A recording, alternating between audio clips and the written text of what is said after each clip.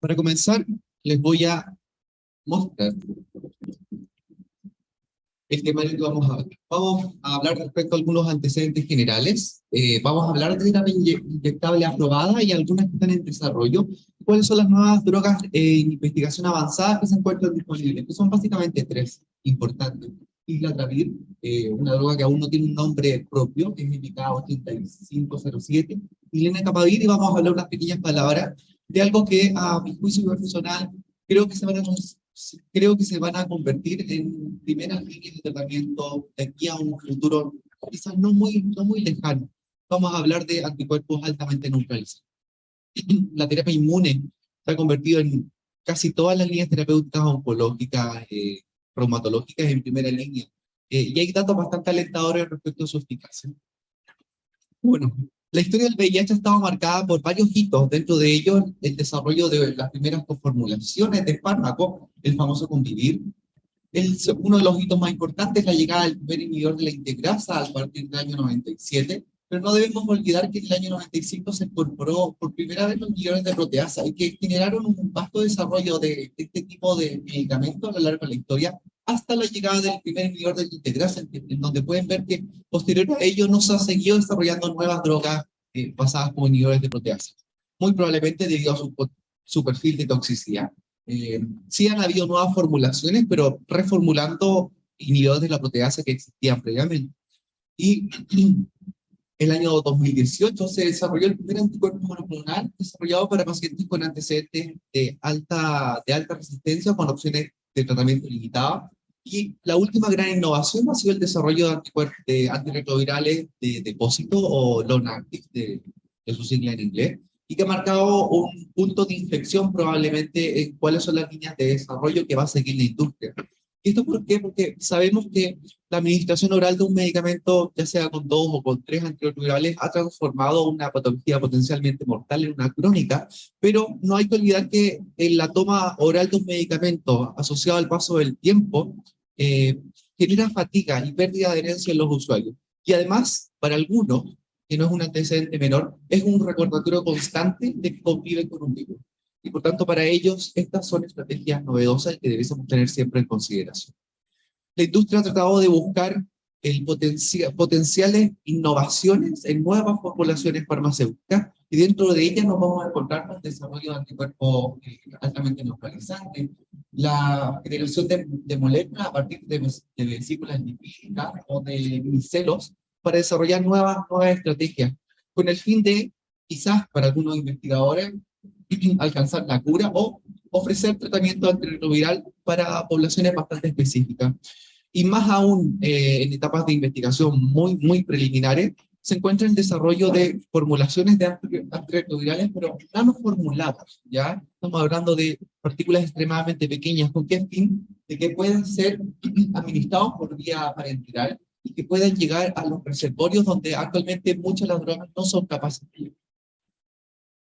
¿Qué es lo que tenemos o qué es lo nuevo en tratamiento? Y nuevo entre comillas, porque ya ven las fechas en las cuales han sido aprobadas y ya llevan bastante, al menos 2 años, algunas y otras 4. Tenemos dos grandes líneas que podríamos separar. Para pacientes suprimidos, las terapias de long-acting, que fueron aprobadas en primera instancia en Canadá, son los que más experiencia tienen, llevan 2 años aproximadamente. La FDA la autorizó a partir del año 2021 y la EMEA también posterior a la autorización de la FDA. Y también tenemos dos opciones disponibles para pacientes altamente experimentados. Oseltamivir, que fue aprobado en el 2020, e Ivalizumab el año 2010. Entonces veamos por el primero, cabotegravir asociado a rilpivirina, long-acting, este fue aprobado tanto por la FDA como por la EMEA. Existen dos formulaciones disponibles, una en su administración cada 4 semanas y una administración cada 8 semanas.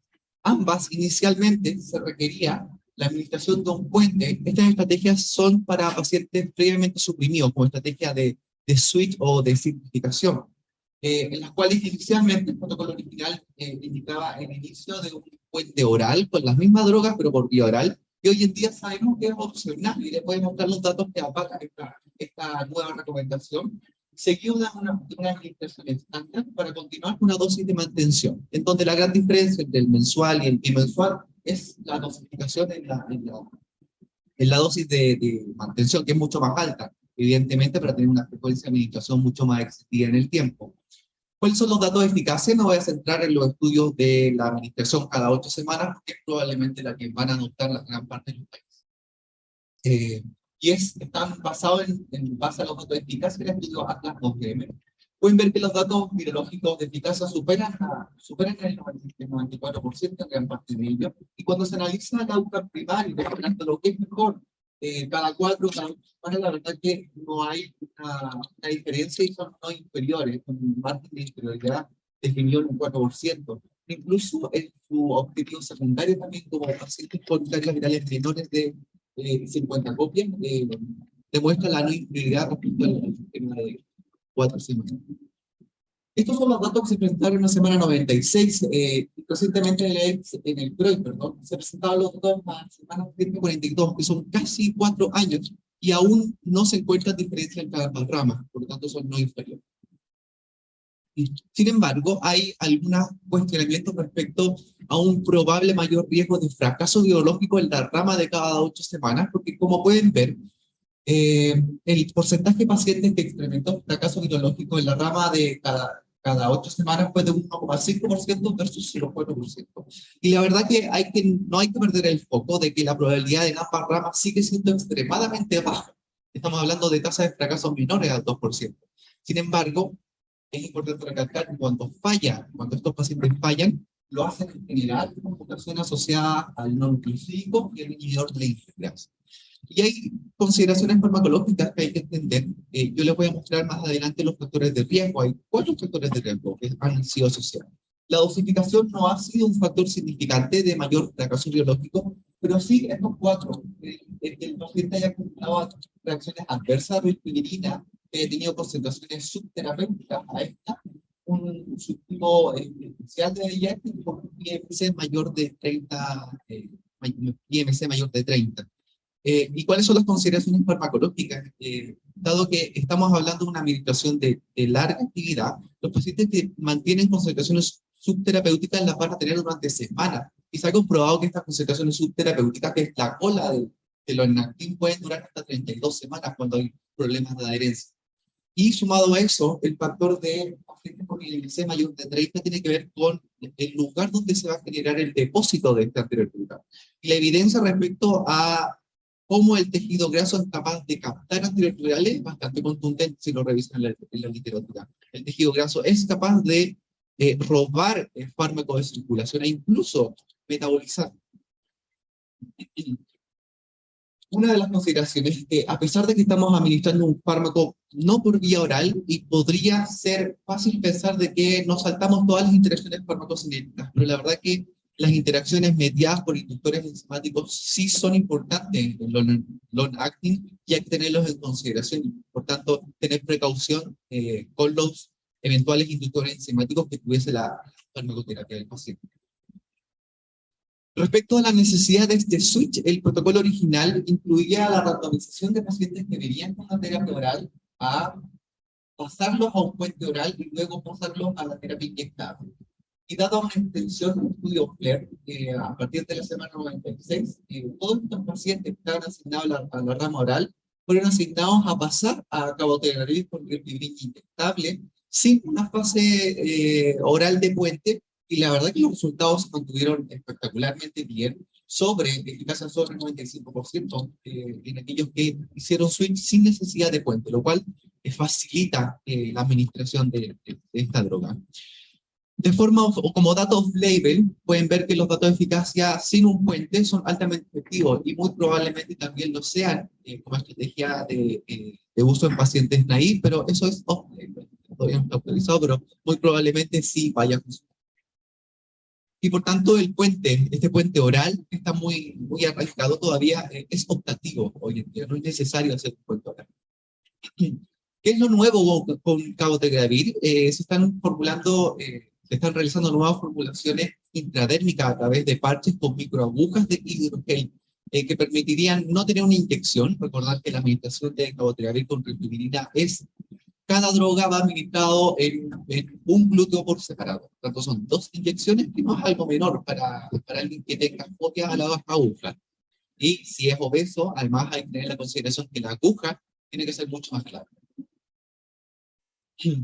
Respecto a Fostemsavir, Fostemsavir es un fármaco que, como les decía, está reservado para pacientes con antecedentes de resistencia, con opciones de tratamiento muy limitadas. Es un profármaco, el principio activo se llama Tesavir.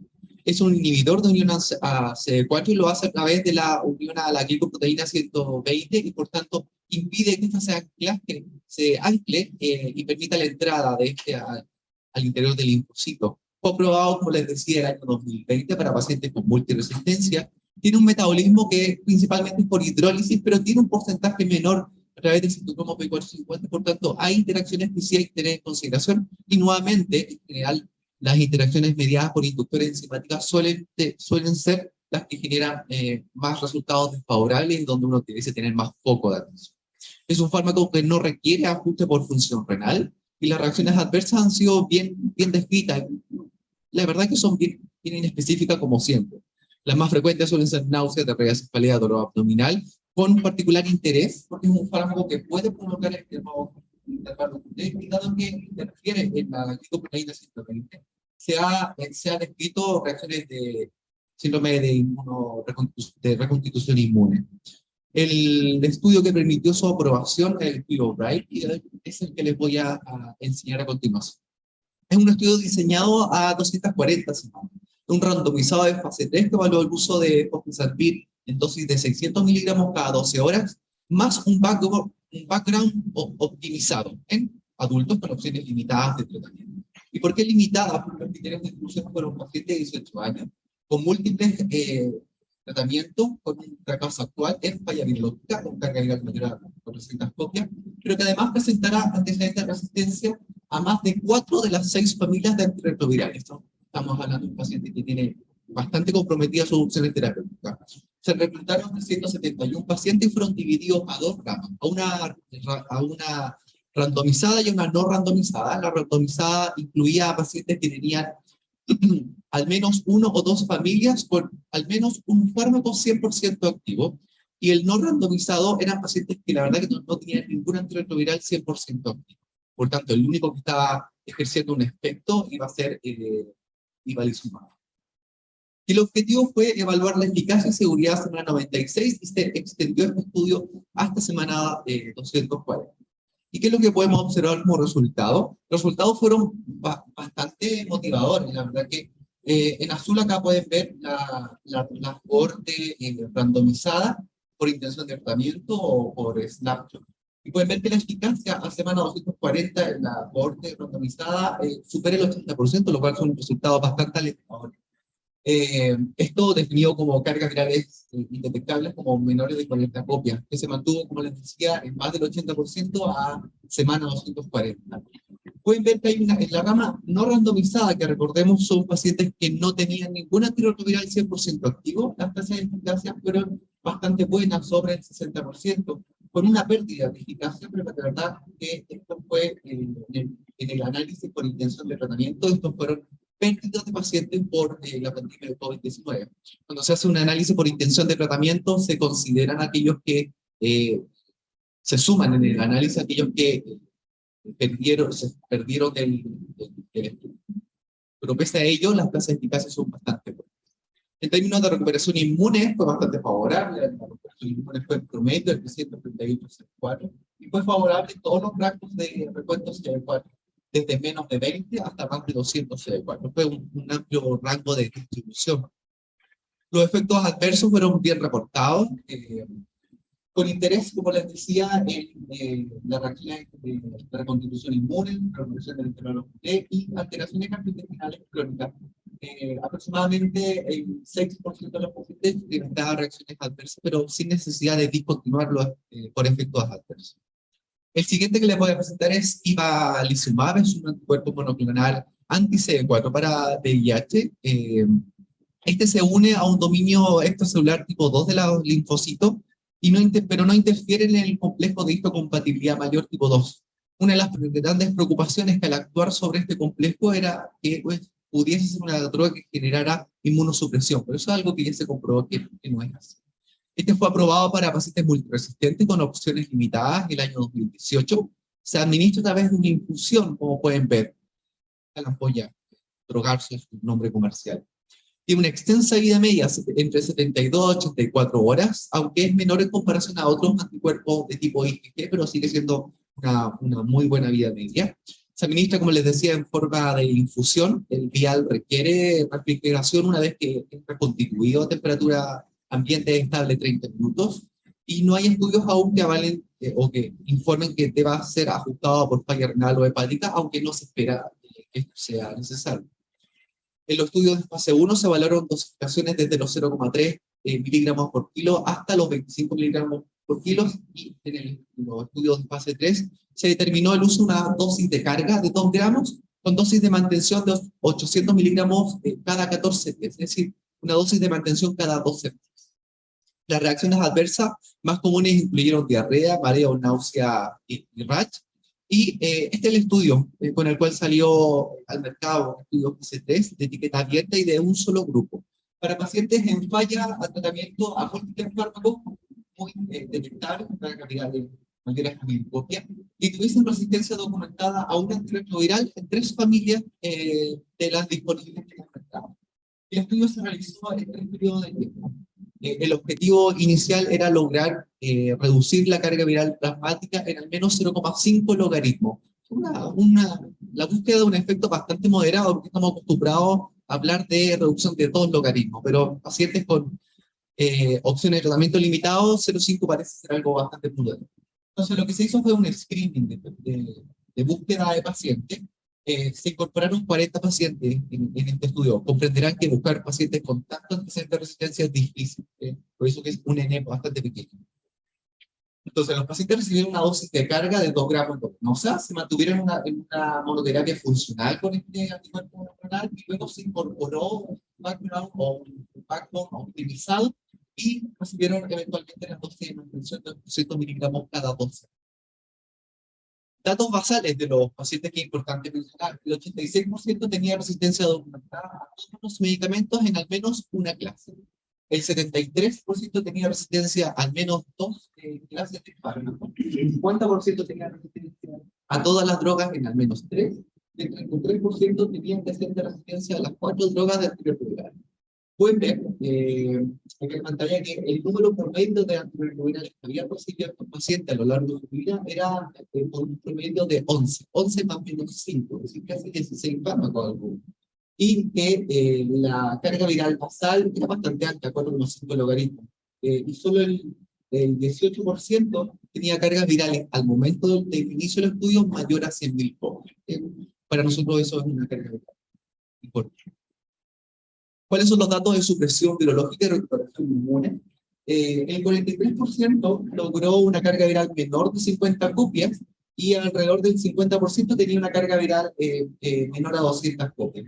Pero cuando se hizo en análisis de esta eficacia en supresión virológica, dependiendo de cuántos CD4 tenía el paciente, la verdad que aquellos que tenían al momento del inicio menos de 50 CD4 respondían pobremente al tratamiento. Pueden ver que las eficacias de supresión biológica eran menor del 20%, no así en aquellos que tenían más de 50 CD4.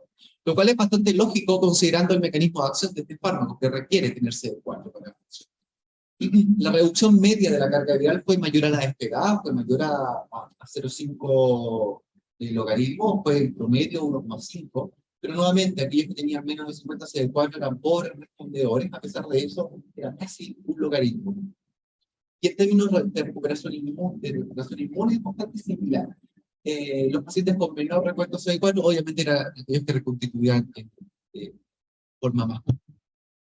¿Cuáles son los efectos adversos? El efecto adverso más común fue la diarrea, aproximadamente en el 20% de los pacientes, que no es un porcentaje de incidencia bajo. La verdad es que un 20% de diarrea es bastante alto. 4 pacientes fallecieron por causas relacionadas con una enfermedad de base, de los 40 que fueron incluidos en este estudio, y solo uno tuvo un evento adverso grave, una reconstrucción inmune, que se consideró que estaba relacionada con el uso del fármaco.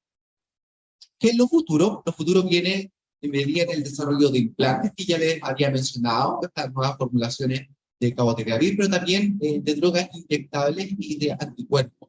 Por tanto, vamos a hablar de ahora de nuevas formulaciones de medicaciones prolongadas, Vamos a hablar de islatravir, de MK-8507, de un nuevo fármaco que es un mecanismo de acción muy novedoso. Tiene tres mecanismos de acción: este inhibidor de la capsida, que es lenacapavir, y vamos a hablar de los anticuerpos altamente neutralizantes. Partamos con islatravir. Islatravir es un nuevo no nucleosídico que tiene un mecanismo de acción bastante novedoso que actúa en dos puntos. Inhibe la translocación y también la transcripción, perdón, y eso le ofrece o contribuye a su potencia y a su barrera genética, como un perfil de barrera genética bastante novedosa, ya que es un fármaco que no solamente va a impedir que se genere la incorporación del nuevo nucleótido, sino que si es que se llegase a incorporar, eh, genera una terminación en su incorporación. Esto es importante porque esta segunda parte, su mecanismo de acción, está relacionado a su barrera genética, dado que a pesar de que puedan existir antecedentes de resistencia a no nucleosídicos, este fármaco no se vea en gran parte afectado, y su barrera genética es muy similar a la que ofrece doravirina. Yo diría que un poco superior a doravirina. Islatravir, como les decía, es un inhibidor de la canalitasa reversa, impide la translocación y la transcripción, tiene una extensa vida media, como pueden ver en el gráfico, de 50 a 60 horas, tiene una potente actividad antiviral, incluso en concentraciones muy pequeñas, 0,2 nanomoles, es una concentración muy pequeña para lograr efectividad y cobertura, y ha sido formulado en dosis muy bajas y en formulaciones parenterales. Los estudios que han estudiado este fármaco, en fase 1 se estudió la administración oral de este fármaco, y en fase 2 ya fue utilizado en combinación con doravirina más menos 3TC. Eran tres ramas: islatravir con doravirina sin 3TC, islatravir con doravirina más 3TC, y comparado con doravirina asociada a TDF y 3TC. Y se ha evaluado en dosis diaria, dosis semanal, oral, también mensual como forma de prevención. También hay una formulación inyectable y se están evaluando implantes para su administración anual. Estamos hablando de vías medias que permiten su administración a través de ese implante. Y también se ha estudiado en estrategias de switch, asociado a doravirina y comparado con bictegravir. Esto fue anunciado en octubre del año pasado. Lamentablemente, estos estudios de switch fueron suspendidos por un antecedente de un efecto adverso que es dosis dependiente de islatravir, que es una linfopenia, que está asociada además a reducción de CD4, lo cual provocó la detención de los estudios en diciembre de 2021, y recién, ahora el 20 de septiembre de 2020, el laboratorio informó que se reanudaron ya los estudios. Habrá que ver qué va a pasar con la dosificación, dado que es un efecto dosis dependiente, y ver si van a reestructurar el estudio en búsqueda en la búsqueda de eficacia, pero con dosis menores.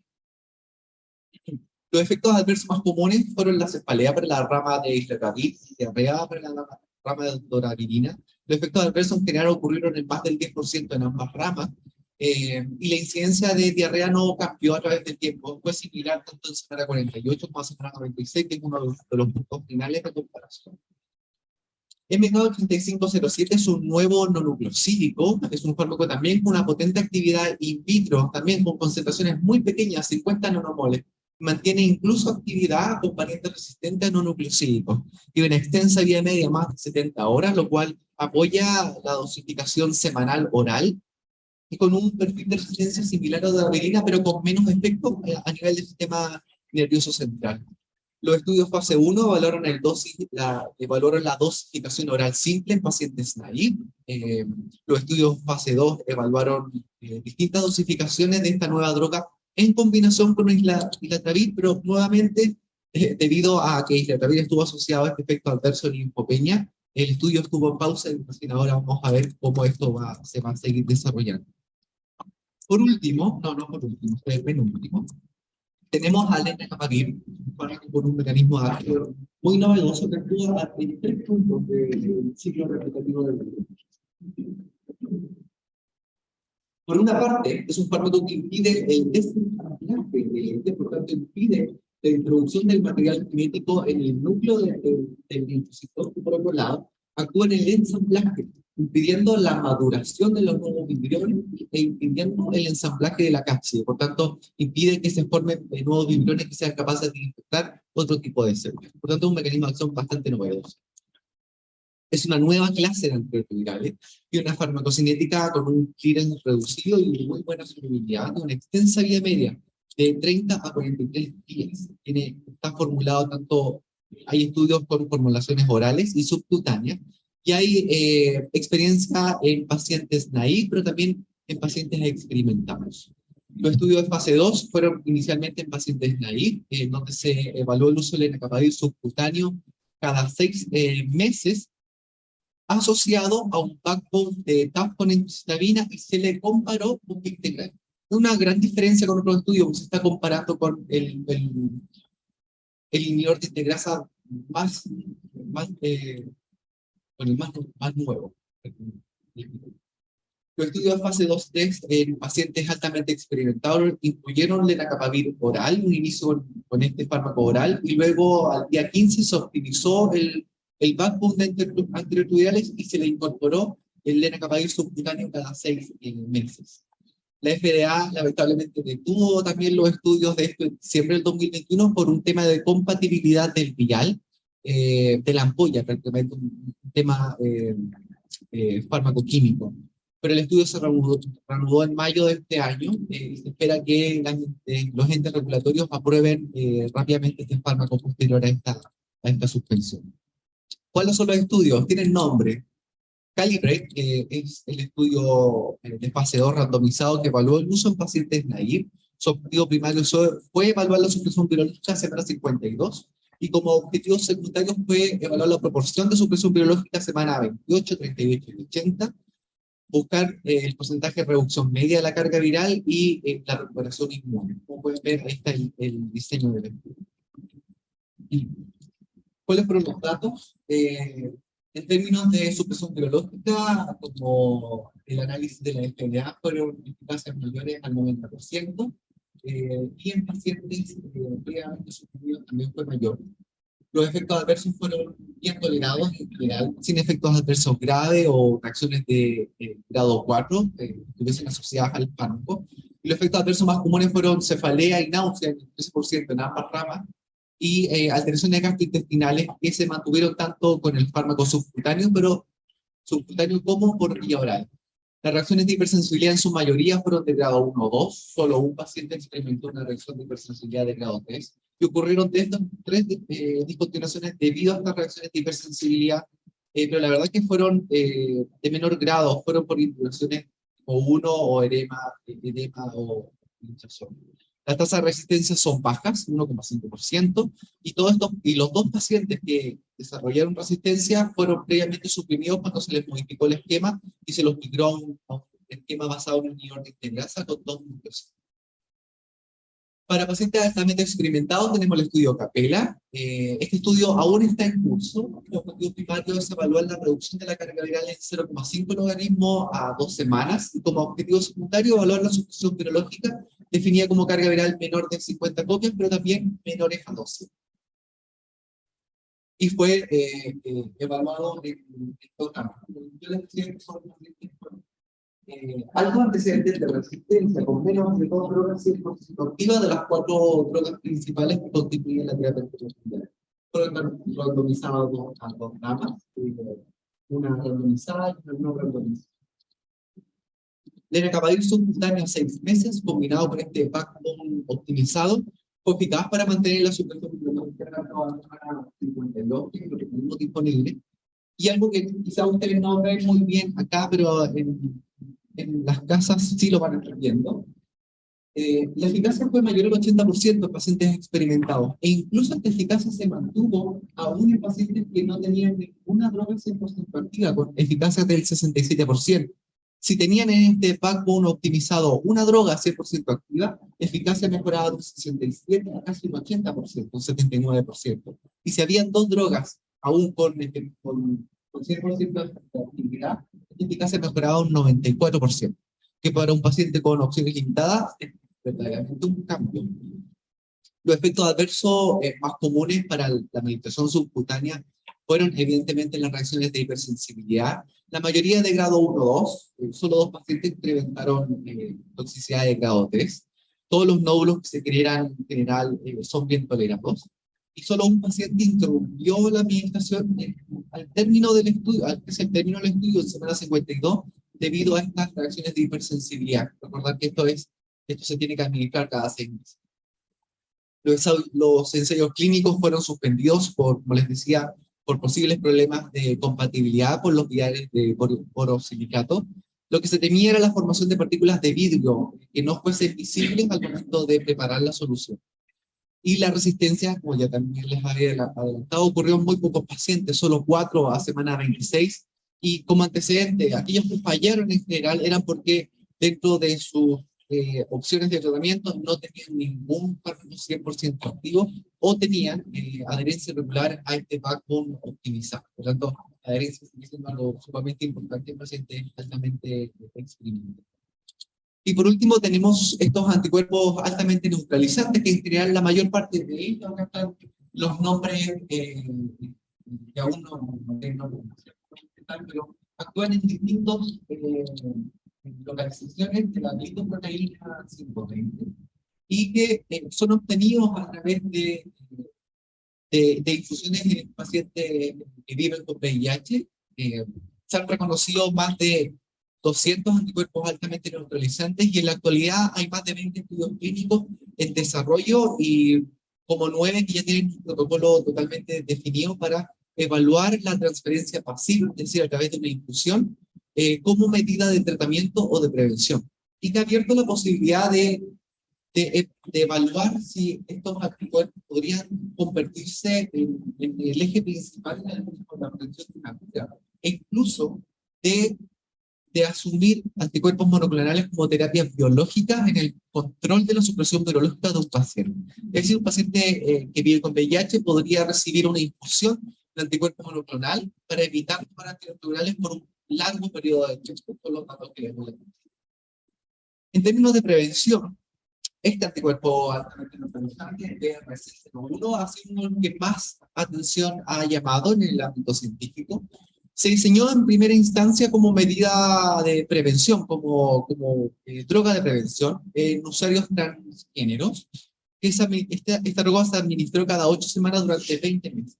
Y si bien el estudio no logró demostrar una reducción en las tasas de transmisión en población transgénero, se hizo un estudio de una prueba de concepto, se extrajeron muestras susceptibles de VIH y se valoran distintas concentraciones de este anticuerpo altamente neutralizante y se logró observar una reducción importante en el riesgo de transmisión de un 75%, lo que habla o abre la posibilidad de evaluar esta estrategia como potencial de prevención.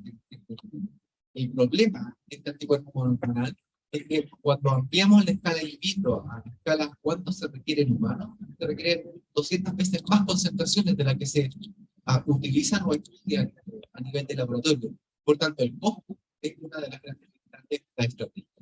Costo que ha ido disminuyendo por el paso de los años. También se ha evaluado como estrategia de supresión en pacientes positivos. La combinación de 2 anticuerpos monoclonales fueron evaluados en los pacientes, en los cuales se les dieron terapia antirretroviral y se les administraron estas infusiones de anticuerpos altamente neutralizantes y se evaluó en cuánto tiempo había un rebote, en cuánto tiempo volvía nuevamente a estar detectable. El tiempo promedio hasta el rebote fue de 33 semanas, bastante, más de 6 meses. Y por tanto hable la posibilidad de que las terapias inmunes sean una posibilidad en el largo plazo en el control del tratamiento, en el control del VIH sin tratamiento antirretroviral. El problema es cómo desarrollamos o buscamos inducir estos anticuerpos altamente neutralizantes. La verdad que se habla del desarrollo de nuevas tecnologías de mano de la experiencia que ha traído el desarrollo de vacunas mediadas por RNA mensajero. Y probablemente estas sean las estrategias para estimular a células B para producir estos anticuerpos altamente neutralizantes. Como les decía, hay más de 20 estudios anticipados para los próximos 2 años. De estos 20, 9 ya han sido revisados y el protocolo está totalmente en desarrollo. Esta página web la encontré bastante interesante porque es una página que está centrada en todos los desarrollos de vacunas, tanto para cura como para prevención y tratamiento. Y pueden localizar todos estos estudios clínicos que les he mencionado respecto de anticuerpos. Como conclusiones, sabemos que la fatiga asociada al uso crónico de cualquier medicamento conduce a una pérdida de la adherencia. El estigma internalizado amenaza la adherencia a largo plazo. Este juicio que realizan algunos pacientes de este recordatorio constante de tomar un medicamento todos los días puede generar un estigma internalizado en ellos y provocar que el paciente tome. Por ello que estas terapias de depósito, de larga actividad, son una estrategia novedosa y adecuada para este tipo de pacientes.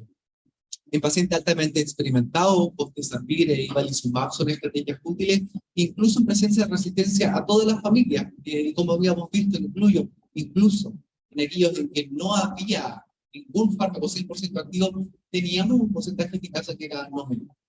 El futuro de los antirretrovirales se viene acompañado de nuevas formulaciones de administración prolongada, y básicamente son tres: Islatravir, MK8537 y Lenacapavir, y los anticuerpos monoclonales proveen ser la gran innovación de la época moderna. Sin embargo, por su costo actualmente, es una de sus grandes interrogantes. Muchas gracias.